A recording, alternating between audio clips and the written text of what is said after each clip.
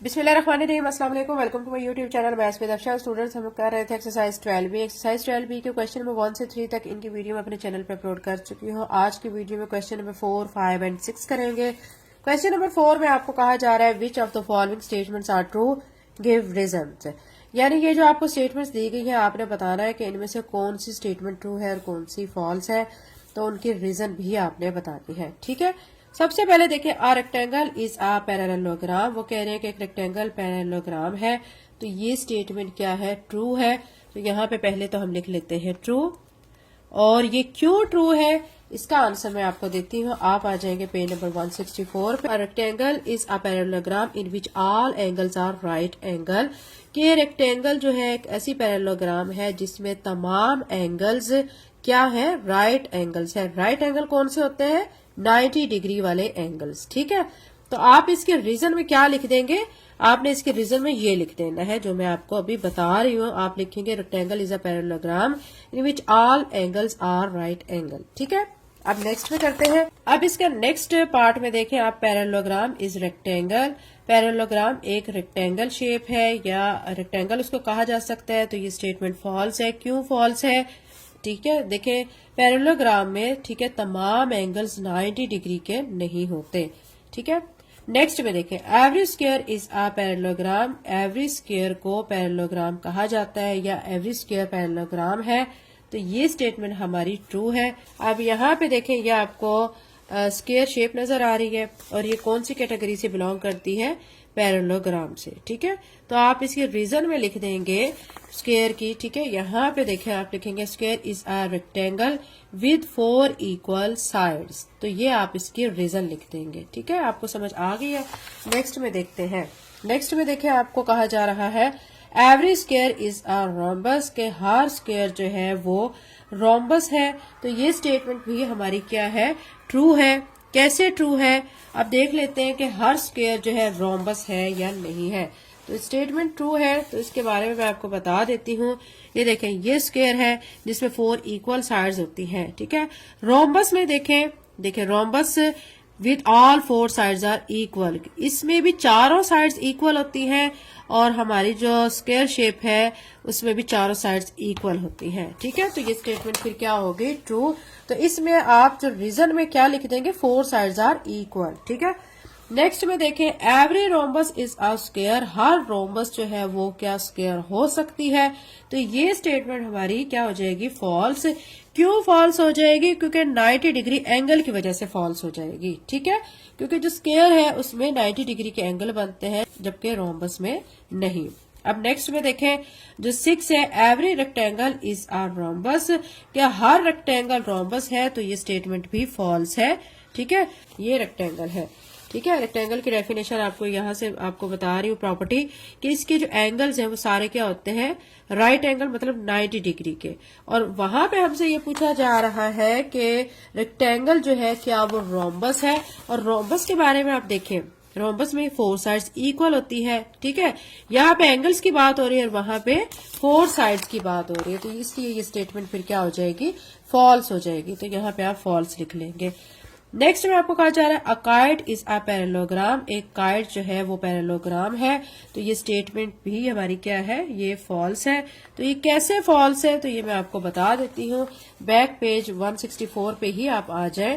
ये आपको जो क्वाड्रिलेटरल शेप्स जो है आपको मैं बता चुकी हूँ पहली वीडियो में, उसकी जो टाइप है पैरेललोग्राम और नॉन पैरेललोग्राम है। ठीक है, जो काइट है ना, इस नॉन पैरेललोग्राम शेप में आती है, जबकि आपको स्टेटमेंट में क्या कहा गया है कि काइट इज अ पैरेललोग्राम। तो ये तो नॉन पैरेललोग्राम शेप में है, तो इसलिए फिर क्या होगी, ये स्टेटमेंट फॉल्स होगी। तो आप लिख देंगे a kite is a non parallelogram. ठीक है, तो ये हमारा क्वेश्चन नंबर 4 कंप्लीट हो चुका है। क्वेश्चन नंबर 5 कर लेते हैं। क्वेश्चन नंबर 5 में देखें, find the remaining angles in the following parallelogram. ये आपको पैरेललोग्राम शेप्स दी गई हैं। ठीक है, इनमें जो एंगल्स हैं जो कि फाइंड नहीं हुए हुए, आपने उन एंगल्स को फाइंड करना है। ठीक है, सबसे पहले फिगर को देख लेते हैं कि ये हमें जो पैरेललोग्राम शेप दी गई है, इसमें एक एंगल बी पे दिया गया है। हमने जो फाइंड एंगल करना है वो एक्स का करना है, वाई का करना है और जेड का करना है। कैसे फाइंड करेंगे, देखें, इस शेप का जो एंगल है इसके ऑपोजिट एंगल वो ही बनेगा, ठीक है। बी पे जो एंगल 110 डिग्री है तो एक्स पर भी एंगल क्या बनेगा, 110 डिग्री। तो यहाँ पे आप 110 डिग्री लिख दें। एक और चीज आप याद रखें बच्चों कि हमारा जो एक साइड के ये दोनों एंगल्स है वो हमारा इक्वल टू 180 डिग्री होता है, ठीक है। यानी टोटल जो इसका अंदर का चारों साइड का एंगल है ना वो 360 डिग्री है। अब एक ही साइड ये, एक साइड ये, इन दोनों का आपका 180 डिग्री होना चाहिए और इनका 180 डिग्री। अब आपको खुद ही अंदाजा हो जाएगा कि अगर इस साइड का 110 डिग्री है तो दूसरी साइड का कितना होगा। जाहिर बात है, आप 180 में से 110 डिग्री को माइनस करेंगे तो आपके पास 70 डिग्री आ जाएगा। तो आप क्या लिखेंगे, आपने अगर ये जेड साइड फाइंड करनी है, जेड साइड फाइंड करने के लिए आप लिखेंगे एंगल जेड, ठीक है, प्लस एंगल बी, ये आप लिखेंगे, ठीक है। एंगल बी जो है, अब ये टोटल दोनों का जो एंगल है वो इक्वल होगा 180 डिग्री के। अब एंगल जेड को आप ऐसे ही रहने दें, ठीक है, 180 डिग्री। अब ये एंगल बी जो है वो दिया गया तो 110 डिग्री, इसको इस तरफ लाए, माइनस 110 डिग्री हो जाएगा। 180 डिग्री में से आपने 110 डिग्री को माइनस करना है तो आपके पास 70 डिग्री आ जाएगा, ठीक है। तो यहाँ पे आप क्या लिख देंगे, 70 डिग्री। अब यहाँ पे भी यही सूरत हाल है, यहाँ पे भी आपने इसी तरह फाइंड करना है। आप क्या करेंगे, आपने इसी तरह लिखना है। यहाँ पे आपके सामने मैं शो कर देती हूँ, ठीक है। ये देखें, ये हमारा एंगल एक्स है, ठीक है, ये एंगल एक्स हमारा है, ठीक है, प्लस हमने एंगल क्या फाइंड करना है, एंगल वाई, और ये दोनों एंगल 180 डिग्री के इक्वल है, ठीक है। एंगल एक्स हमें दिया गया है 110 डिग्री और एंगल वाई हमने फाइंड करना है और 180 डिग्री ऐसे ही लिखेंगे। चूंकि एंगल वाई को हमने फाइंड करना है तो इसको यही रहने देंगे। 110 डिग्री को दूसरी तरफ लाएंगे तो माइनस 110 डिग्री हो जाएगा। 180 डिग्री में से 110 डिग्री को माइनस करेंगे तो 70 डिग्री आ जाएगा। तो एंगल वाई आपका क्या आ जाएगा, 70 डिग्री। तो आप जब अपनी कॉपीज पे काम करेंगे तो आप साथ में ये एक्सप्लेनेशन लिखेंगे और साथ में ये लिखेंगे और ये जो एंगल मैंने फाइंड किए हैं वो इस फिगर में यहाँ पे लिख देंगे, ठीक है। एंगल वाई हमारा 70 डिग्री आया, ये मैं यहाँ पे लिख चुकी हूँ, और एंगल जेड मैंने यहाँ पे फाइंड किया तो वो 70 डिग्री था, वो यहाँ पे लिख चुकी हूँ। उम्मीद करती हूँ कि आपको अच्छी तरह समझ आ गया होगा। अब इसका सेकंड पार्ट कर लेते हैं। सेकंड पार्ट में भी आपने गौर करना है कि कौन सा एंगल दिया गया और कौन सा आपने फाइंड करना है। अब आपको एक ए पे एंगल दिया गया और सी पे दिया गया है, बी और डी के आपने एंगल फाइंड करने हैं। मैं आपको बता चुकी हूं कि जो अंदर जो एंगल्स है, ठीक है, टोटल जो इसका एंगल बनेगा ना 4 साइडेड शेप का, इसका 360 डिग्री बनेगा। अब एक एंगल 60 डिग्री दिया गया है तो दूसरा एंगल कितना होगा आप खुद से भी बता सकते हैं। 180 डिग्री में से जब आप 60 डिग्री को माइनस करेंगे तो 120 डिग्री आ जाएगा, ठीक है। अब 120 डिग्री आपका जब आएगा तो यानी इस साइड का एंगल क्या हो जाएगा, 120 डिग्री, और इसका भी 120 डिग्री। लेकिन एक और चीज भी आपने याद रखनी है कि ये आपको एक डायगोनल दिया गया है। डायगोनल क्या कर रहा है, इस एंगल को हाफ ऑफ करेगा, ठीक है। तो अब आपका जो 120 डिग्री है ना जो बनेगा तो वो 60 डिग्री इस तरफ आ जाएगा, 60 इस तरफ आ जाएगा, और यहाँ पे भी यही सूरत हाल होगी। जो 120 डिग्री आपका आया है इस साइड पे भी आप ऐसे ही करेंगे ना, 180 डिग्री में से 60 डिग्री को माइनस करेंगे तो आपका 120 डिग्री आ जाएगा। अब 120 डिग्री को आप हाफ ऑफ करेंगे क्योंकि देखें ये जो लाइन है ना इसको डायगोनल कहते हैं। ये लाइन जो है इस एंगल को कट कर रही है दो पार्ट्स में। अब 120 अगर ये लाइन ना होती तो हम यहाँ पे 120 डिग्री लिख देते। ये डायगोनल की वजह से अब हम उस एंगल को हाफ ऑफ करेंगे, यानी 120 डिग्री को हाफ करते हैं तो 60 डिग्री इधर आ जाएगा, 60 डिग्री इधर आ जाएगा। ये पार्ट 2 था, ये आपको समझ आ गया होगा। अब थर्ड फिगर को देख लेते हैं जो कि हमारे पास एक स्क्वायर है। आपको पता है बच्चों जो स्क्वायर शेप होती है उसके जो है वो राइट एंगल उसमें 90 डिग्री का एंगल जो है वो चारों साइड्स पे बनता है, ठीक है। अब यहाँ पे ये एक्स और ये वाई एंगल हमें फाइंड करना है। कैसे फाइंड करेंगे, आपको पता है कि यहाँ पे भी 90 डिग्री बनेगा, यहाँ पे भी 90 डिग्री बनेगा, ठीक है। लेकिन एक और चीज याद रखें, जब आपको यहाँ से एक डायगोनल आपको ड्रॉ करके दिखाया गया है, इट्स मीन कि वो डायगोनल जो 90 डिग्री के एंगल को 45 में कन्वर्ट कर देगा, ठीक है। तो 90 डिग्री जो है वो यहाँ पे अब हाफ एंगल यहाँ पे हो जाएगा, हाफ यहाँ पे आ जाएगा, तो यहाँ पे हम लिख देंगे 45 डिग्री, ठीक है। और यहाँ पे इसी तरह एंगल y जो है, टोटल एंगल y का अगर यहाँ से यहाँ तक है तो वो 90 डिग्री है, लेकिन इस बाइसेक्टर की वजह से, इस डायगोनल की वजह से एंगल यहाँ पे जो इस पार्ट का एंगल वो 45 डिग्री आ जाएगा और 45 डिग्री यहाँ पे हो जाएगा। टोटल एंगल 90 डिग्री और 45 degree due to diagonal 45 degree में कन्वर्ट हो जाएगा। ठीक है, ये हमारी थर्ड फिगर थी। नेक्स्ट हमें जो फोर्थ फिगर दी गई है वो आप देख सकते हैं, वो हमें एक रेक्टेंगल शेप दी गई है। इसमें आप देखें कि एंगल जो हमने फाइंड करना है, ठीक है। अब देखें यहाँ पे जो एंगल होगा, यहाँ पे जो एंगल होगा, हमने इनको एंगल्स को कैसे फाइंड करना है। देखिए ये बच्चों आपको पता है कि यहाँ पे टोटल एंगल 90 डिग्री का होगा। अब बाइसेक्टर की वजह से यहाँ पे एंगल को कट कर दिया गया है। ठीक है, अब 65 यहाँ पे दिया गया है, तो अब बाकी कितना बचेगा यहाँ पे, आपने क्या करना है 90 डिग्री में से 65 डिग्री को माइनस करना है, तो 25 डिग्री आ जाएगा। तो यहाँ पे जो एक्स का एंगल है वो 25 डिग्री आ जाएगा। ठीक है, ये चीज आपको क्लियर हो गई। इसी तरह वाई पे भी आपका यहाँ पे क्या आ जाएगा, 25 डिग्री आ जाएगा। ठीक है, और टोटल एंगल जो है यहाँ पे क्या बनेगा, यहाँ पे टोटल एंगल तो बनता है बच्चों, वो तो आपको पता है 90 डिग्री का बनेगा, क्योंकि 90 डिग्री यहाँ पे, 90 डिग्री यहाँ, 90 यहाँ पे। ठीक है, लेकिन ये जो डायगोनल आ चुका है ना, इसने एंगल को कट कर दिया है, और जब कट करके इन्होंने खुद शो कर दिया है कि जो कटिंग हुई है, तो उसकी वजह से यहाँ पे जो एंगल है 65 डिग्री का है। बाकी जो बचेगा वो यहाँ पे एंगल होगा। तो 90 में से 65 को माइनस करेंगे तो हमारे पास एक्स का एंगल आ जाएगा जो कि 25, और यहाँ पे भी 25 डिग्री आ जाएगा। इसमें देखें हमें एक काइट शेप दी गई है। ठीक है, अब इस पे आप गौर करें तो आपके पास ऊपर वाले पोर्शन को देखें, आपके पास एक ये ट्रायंगल बन रही है, फिर इसको नीचे वाले पोर्शन की तरफ देखें, आपके पास एक ये ट्रायंगल बन रही है। आपने इन ट्रायंगल्स को देखते हुए आपने एंगल्स को फाइंड करना है। आपको ये भी बच्चों पता है कि जो एक ट्रायंगल शेप होती है उसके जो इंटीरियर एंगल्स का सम 180 डिग्री होता है। ये एक ट्रायंगल ABD है और दूसरी ट्रायंगल BCD है। ठीक है, मैं यहाँ पे पहले क्या करूंगी कि मैं यहाँ पे फाइंड कर लेती हूँ ट्रायंगल BCD। ठीक है, BCD यहाँ पे मैं लिख देती हूँ, जो कि मैं यहाँ पे लिख चुकी हूँ। इसमें हमने फाइंड क्या करना है, ये वाला एंगल Y फाइंड करना है। ठीक है, तो ये Y लिख के प्लस ये हमें 65 दिया गया है। ठीक है, 65 डिग्री हमें यहाँ पे दिया गया है, तो यहाँ पे भी हमें क्या दिया गया है, 65 डिग्री। ठीक है, क्योंकि ये दोनों साइड्स जो है वो इक्वल है। अब क्या करेंगे, हमने दूसरा जो फाइंड करना है ना, ठीक है, इन दोनों को जब हम सम कर लेंगे तो जो आंसर आएगा उसको 180 डिग्री में से माइनस करेंगे तो हमारे पास वाई का एंगल आ जाएगा। तो वाई लिख के प्लस 65 डिग्री प्लस 65 डिग्री, ठीक है, तो क्या आ जाएगा 180 डिग्री। अब 65 को ऐड करेंगे तो 130 डिग्री होगा, तो इस तरफ लाएंगे तो माइनस 130 डिग्री हो जाएगा। 180 डिग्री में से 130 डिग्री को आप माइनस करेंगे तो 50 डिग्री आ जाएगा।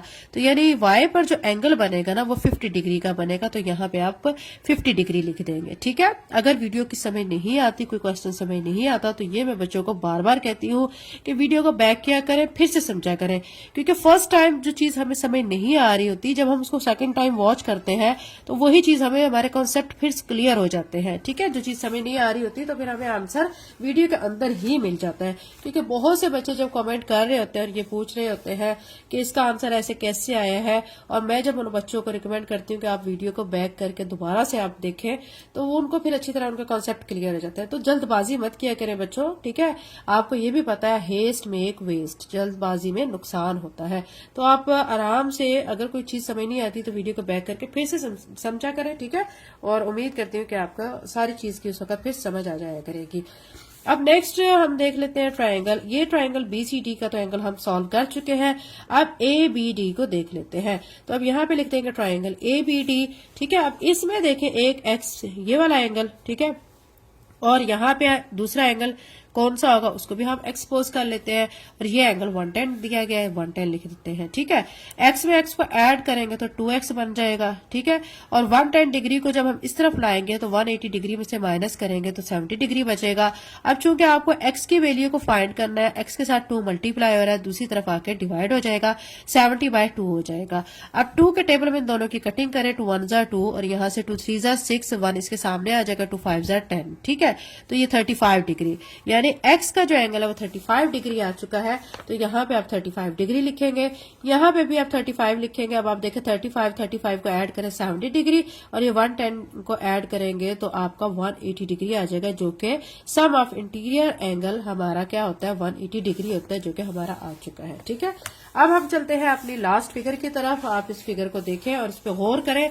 ये हमारे पास फिगर है, ठीक है। इसमें भी हमने क्या करना है, एंगल को फाइंड करना है, एक्स एंगल को फाइंड करना है, वाई एंगल को फाइंड करना है, ठीक है। आपको बी पे 48 डिग्री दिया गया है और डी पर आपको 125 दिया गया है, ठीक है। अब हम इनको सॉल्व कैसे करेंगे मैं आपके सामने शो कर देती हूँ।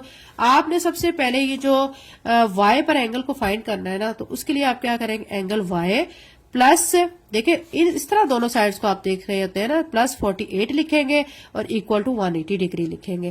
क्योंकि आपने एंगल वाई को फाइंड करना है, उसके साथ प्लस 48 डिग्री जो है वो दूसरी तरफ लाएंगे, माइनस 48 डिग्री हो जाएगा। 180 में से जब आप 48 डिग्री को माइनस करेंगे तो आपके पास 132 डिग्री आ जाएगा, जो कि वाई का एंगल है, ठीक है। तो यहाँ पे आप क्या लिख देंगे, 132 डिग्री। अब हमने एक्स वाला एंगल को सॉल्व करना है, उसको भी इसी तरह सॉल्व करेंगे। एंगल एक्स प्लस ये वाला कितना दिया गया, 125 degree is equal to 180 degree. अब हमने चूंकि x का फाइंड करना है तो 125 इसके साथ प्लस हो रहा है, दूसरी तरफ लेके जाएंगे माइनस हो जाएगा। 180 में से 125 को माइनस करेंगे तो आपके पास 55 डिग्री आ जाएगा। तो x वाली जगह पे x का जो एंगल है वो आप क्या लिख देंगे, 55 डिग्री लिख देंगे। तो ये बच्चों हमारा क्वेश्चन नंबर 5 कंप्लीट हो चुका है। क्वेश्चन नंबर 6 कर लेते हैं। क्वेश्चन नंबर 6 की स्टेटमेंट पे आपने अच्छी तरह गौर करना है। इसमें कहा गया है कंस्ट्रक्ट अ रेक्टेंगल, आपने एक रेक्टेंगल शेप बनानी है, हुज लेंथ, उसकी लेंथ आपको दी गई है 4.9 सेंटीमीटर और ब्रेथ दी गई है 2.3 सेंटीमीटर। तो अब आप इसकी मदद से क्या कंस्ट्रक्ट करेंगे, एक रेक्टेंगल शेप कंस्ट्रक्ट करेंगे। तो क्वेश्चन नंबर 6 का सोल्यूशन करते हैं। क्वेश्चन नंबर 6 का सोल्यूशन में बच्चों सबसे पहले हमने क्या करना है कि एक लाइन ड्रा करनी है 4.9 सेंटीमीटर की, ठीक है। तो ये मैं आपके सामने स्केल की मदद से 4.9 सेंटीमीटर की लाइन ड्रा कर लेती हूँ, जो कि लेंथ कहलाएगी। यहाँ से स्टार्ट करेंगे 4.9 सेंटीमीटर की लाइन ड्रा हो गई है, ठीक है। इसको मैं क्या कह लेती हूँ, ये ए पॉइंट हो गया, इसका ये बी हो गया और ये हमने 4.9 सेंटीमीटर की लाइन ड्रा कर ली है। उसके बाद अब हमने क्या करना है, हमने फिर करना है कि जो पॉइंट बी है उस पर 90 डिग्री एंगल को देखना है। ये पॉइंट बी है, इसमें मैं प्रोटेक्टर को रखूंगी और यहाँ पे मैं नोट करूंगी 90 डिग्री कहाँ है। ये आप देख सकते हैं, ये 90 डिग्री है, ठीक है। दूसरी साइड पे भी हमने यही काम करना है। एंगल ये जो पॉइंट ए है इस पर हमने देखना है कि 90 डिग्री का एंगल कहाँ पर है।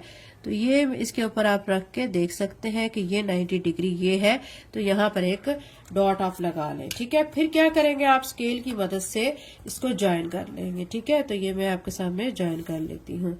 ये मैंने ज्वाइन कर लिया है, यहाँ पे भी मैं इसको ज्वाइन कर लेती हूँ, ये ज्वाइन कर लिया। उसके बाद बच्चों उन्होंने हमें क्या कहा था कि ब्रेथ, ठीक है, ब्रेथ जो है वो हमें क्वेश्चन में गिवन है 2.3 सेंटीमीटर की। आप क्या करेंगे कि आप कंपास लेंगे और आप स्केल की मदद से 2.3 सेंटीमीटर तक उसको ओपन करेंगे। तो ये मैं आपके सामने 2.3 सेंटीमीटर तक ओपन कर रही हूँ। जब ओपन कर लेंगे तो पॉइंट बी पर रखकर आप एक आर्क लगाएंगे, ठीक है। इसी तरह आपने पॉइंट ए पर रखकर भी एक आर्क लगानी है, ठीक है। यहाँ ए पर रखकर एक आर्क लगाएंगे। जब आप आर्क लगा चुकेंगे तो उसके बाद आपने क्या करना है कि इनको आपस में ज्वाइन कर देना है, ठीक है। ये मैं आपके सामने ज्वाइन कर देती हूँ, ये ज्वाइन कर दिया है। इसको जो ज्वाइन किया है इस पॉइंट को सी कह लेते हैं, इसको डी कह लेते हैं, ठीक है। ये जो आर्क हमने लगाई है कितने की लगाई है, 2.3 सेंटीमीटर की, जो कि ब्रेथ को शो करेगी। और यहाँ पे भी 2.3 सेंटीमीटर ब्रेथ है और ये जो लाइन हमारी आई है ये हमारी 4.9 सेंटीमीटर की लेंथ है, ठीक है। आप देख सकते हैं बच्चों ये हमारे पास एक रेक्टेंगल शेप फिगर बन चुकी है। तो ये फिगर हमारी कंप्लीट हो चुकी है। इसके बाद हमने इसके स्टेप्स ऑफ कंस्ट्रक्शन लिखने हैं। अब इसके स्टेप्स ऑफ कंस्ट्रक्शन बच्चों कर लेते हैं। सबसे पहले स्टेप में आपने लिखना है draw measurement A B is equal to 4.9 centimetre. फिर आपने क्या किया था, आपने पॉइंट बी पर रखकर 90 डिग्री का एंगल बनाया था। At point B mark 90 degree and at point A mark 90 degree, ठीक है। आपने ए और बी पॉइंट पर 90 डिग्री एंगल को मार्क कर लिया था। फिर आपने क्या किया था कि एट पॉइंट बी पर आपने एक आर्क लगाई थी 2.3 सेंटीमीटर की और पॉइंट ए पर भी आपने एक आर्क लगाई थी 2.3 सेंटीमीटर की, ठीक है। फिर आपने क्या किया, ज्वाइन सी टू डी, सी को आपने डी के साथ ज्वाइन कर दिया। आप देख सकते हैं कि हमारे पास A B C D required rectangle shape है। मैं आपको अगेन यहाँ पे शो कर देती हूँ। ये देखें, ये हमारे पास ए बी सी डी, ये हमारे पास क्या आ गई है, रिक्वायर्ड रेक्टेंगल शेप आ चुकी है। क्वेश्चन नंबर 6 कंप्लीट हो चुका है। नेक्स्ट वीडियो में इंशाल्लाह बाकी के क्वेश्चंस करेंगे। चैनल पर नए हैं तो चैनल को सब्सक्राइब लाजमी कर लें, वीडियो को लाइक करें। Thank you, Allah Hafiz.